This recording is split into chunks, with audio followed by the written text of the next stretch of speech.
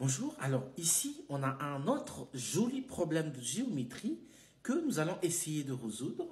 Donc ici on a un triangle et donc on nous donne ce côté-là ça fait 5, le côté ici ça fait 12.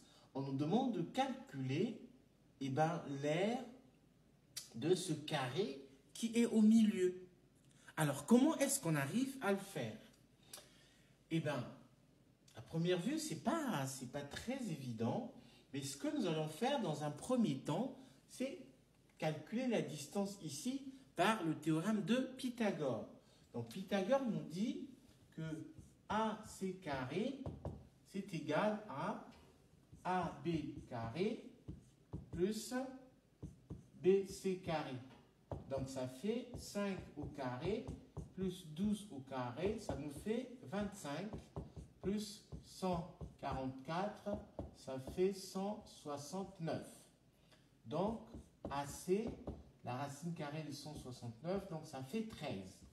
Donc, au moins, on a une autre information de plus, c'est que cette distance-là, ça fait 13. Bon, donc, ici, nous avons c'est un carré, donc c'est la même distance ici, c'est L, L. Donc là aussi, j'ai L. Alors, comment est-ce que je veux faire pour pouvoir déterminer l'aire ici?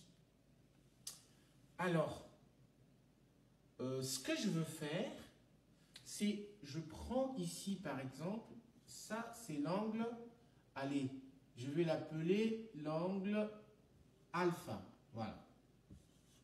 L'angle alpha. Alors ici, on sait que ça c'est un angle de 90 degrés, donc cet angle-là, je vais l'appeler bêta.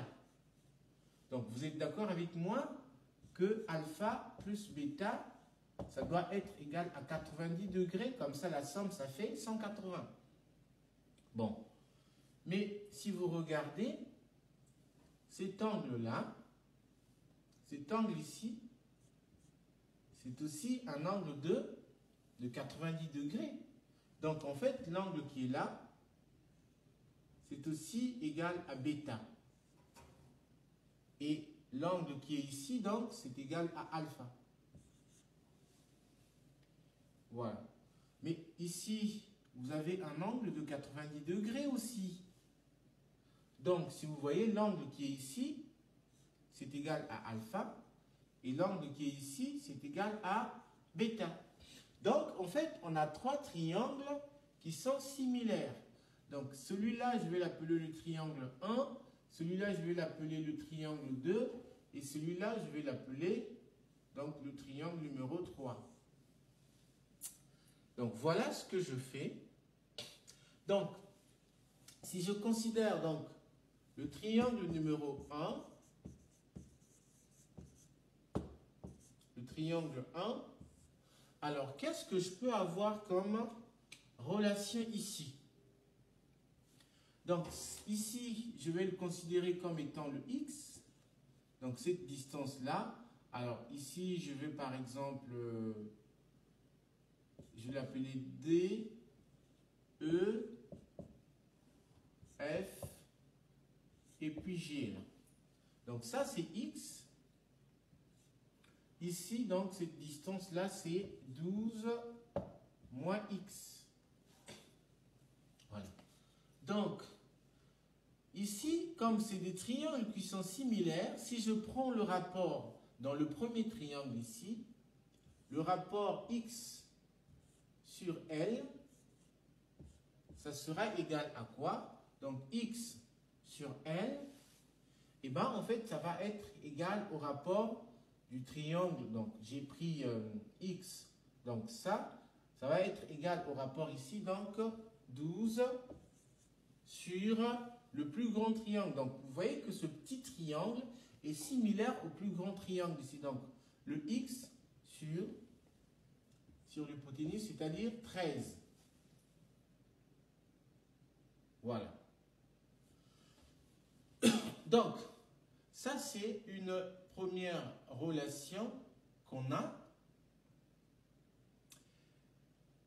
Et ce qu'on peut encore avoir une relation, donc si je prends le triangle 2, Dans le triangle 2, donc si je prends ici 12 moins x sur le côté ici, c'est-à-dire le L, ça sera égal à quoi?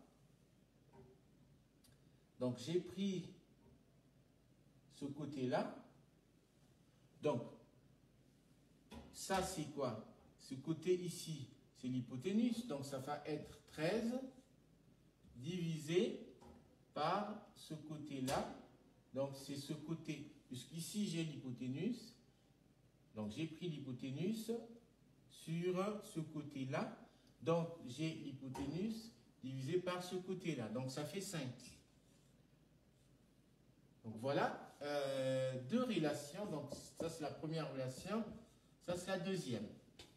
Donc ici par exemple, si je divise, j'ai 12, je divise par L, moins x sur L est égal à 13 divisé par 5.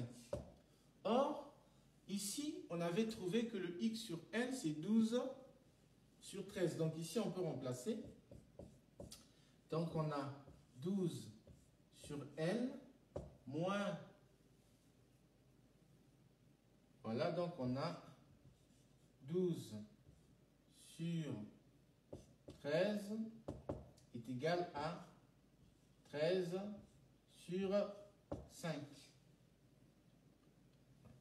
Donc, j'aurai 12 sur L est égal à 13 sur 5 plus 12 sur 13. Donc ça me fait 13 sur 13, ça fait 169, plus 5 fois 12, ça fait 60, divisé par 5 fois 13, ça fait 65. Donc ça me fait donc 9, 2 et 2 divisé par 65. Donc j'ai 12 sur L, c'est égal à 2, 2, 9 divisé par 65. Donc ça me fait que le L, c'est égal à 12 fois 65, le tout divisé par 229. Donc 12, si on prend la calculatrice, 12 fois 65, ça fait 780.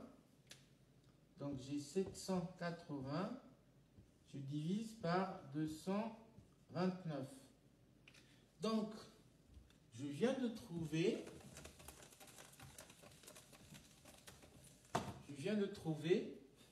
que le L est égal à 780 divisé par 229. Après ça, si je divise pour trouver la valeur de L, donc j'aurai 780 divisé par 225, ça fait à peu près 3,47. À peu près 3,47.